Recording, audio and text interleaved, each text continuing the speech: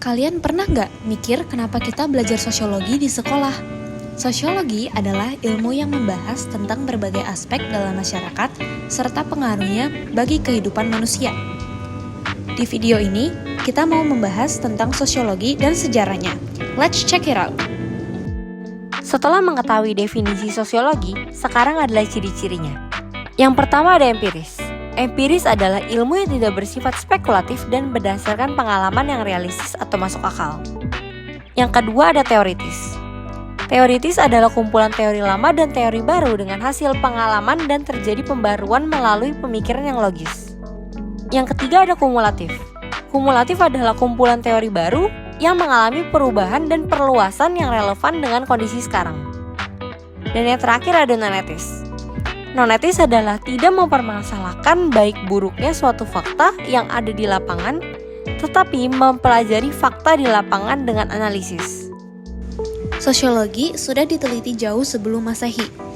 Plato dan Aristoteles sudah menjelaskan terlebih dahulu mengenai negara, etika sosial, dan unsur-unsur sosiologi. Sejarah sosiologi setelah Masehi dimulai pada tahun 1800-an dengan 3 tokoh peneliti, yaitu Thomas Hobbes, John Locke, dan Jean-Jacques. Ketiga peneliti itu mengemukakan dua hal mengenai konteks sosial dan hubungan antar manusia.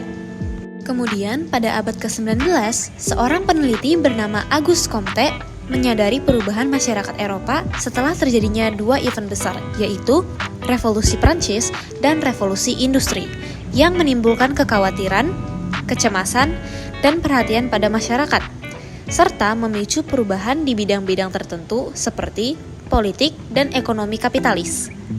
Setelah pengamatan itu, Auguste Comte juga mengusulkan studi sosiologi dalam dua bidang. Yang pertama, statika sosial, yaitu subjek penelitian saling berinteraksi dengan individu lain. Yang kedua, dinamika sosial, yaitu interaksi secara keseluruhan sebagai unit analisis yang gejala sosialnya timbul melalui hukum alam. Awal mula sosiologi ditemukan di Indonesia ketika abad ke-20 dan dalam masa Sri Paduka Mangkunegoro IV dari Surakarta. Pada masa ini, sosiologi memiliki konsep filosofi wulangreh, atau bisa diartikan sebagai hubungan dengan individu dalam masyarakat. Lalu pada masa Ki Hajar Dewantara terbentuklah sebuah organisasi, yaitu Organisasi Taman Siswa, dan pada saat itu juga muncullah sebuah kepemimpinan. Setelah Perang Dunia Kedua, sosiologi mulai masuk ke dalam kelas-kelas perkuliahan di Sekolah Tinggi Hukum Jakarta yang menjadi lembaga perguruan tinggi di Indonesia. Setelah mulai muncul di dalam ranah pendidikan, beberapa buku sosiologi mulai muncul di Indonesia.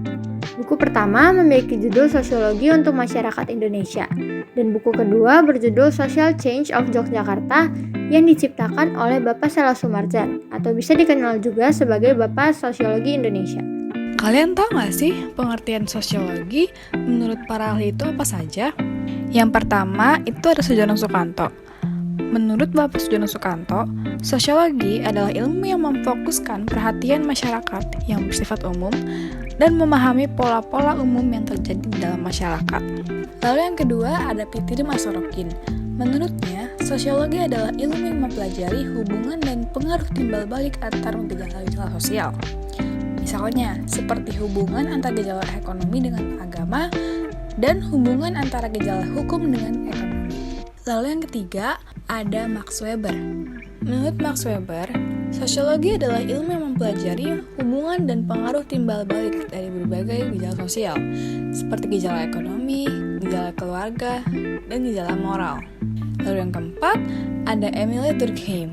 Menurut beliau, sosiologi adalah ilmu yang mempelajari fakta-fakta sosial, yaitu fakta yang berisikan cara bertindak, berpikir, dan merasakan yang mengendalikan individu.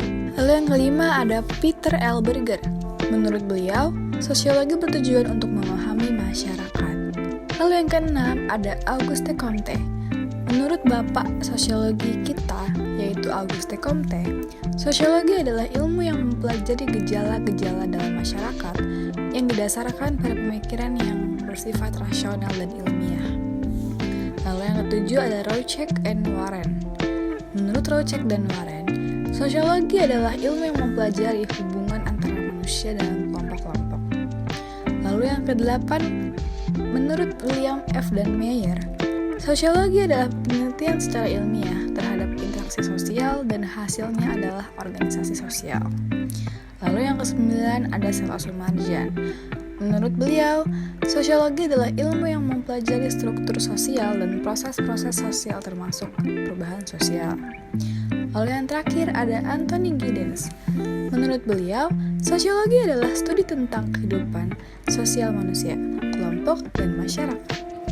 Kira-kira begitulah video mengenai sejarah sosiologi. Terima kasih sudah menyaksikan.